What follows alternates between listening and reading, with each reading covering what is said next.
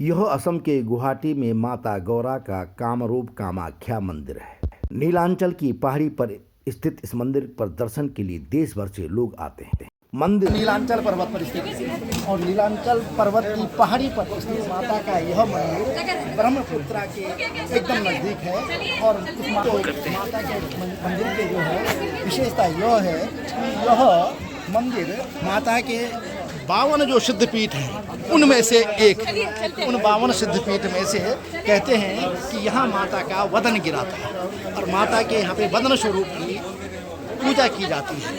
माता का वदन स्वरूप यहाँ पर जो है पूजा जाता है और यह देवी कामरूप स्वरूप माता जो है नीलांचल पर्वत पर स्थित है। और इस मंदिर में यहाँ पर माता के अंदर वहाँ पे जो है जो कुंडी है, कुंडी में जल है, वही जल को जो है प्रसाद रूप में ग्रहण किया जाता है।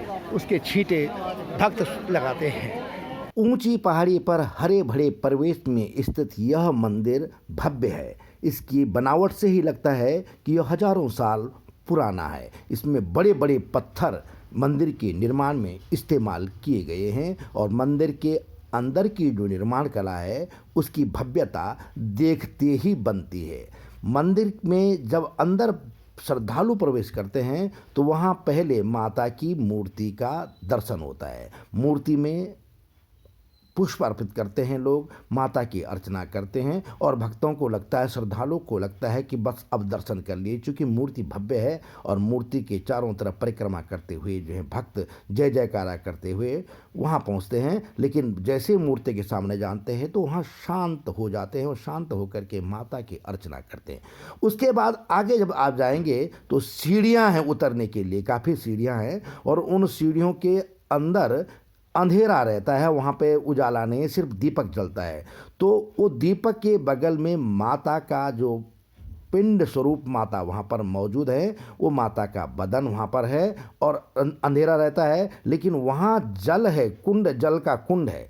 उस कुंड में श्रद्धालु पवित्र जल का स्पर्श करते हैं और उसके छींटे स्वयं पर छिड़क कर श्रद्धालु स्वयं को धन्य मानता है और माता का आभार व्यक्त करता है। उसके बाद श्रद्धालु सीढ़ियाँ चढ़ करके बाहर आता है।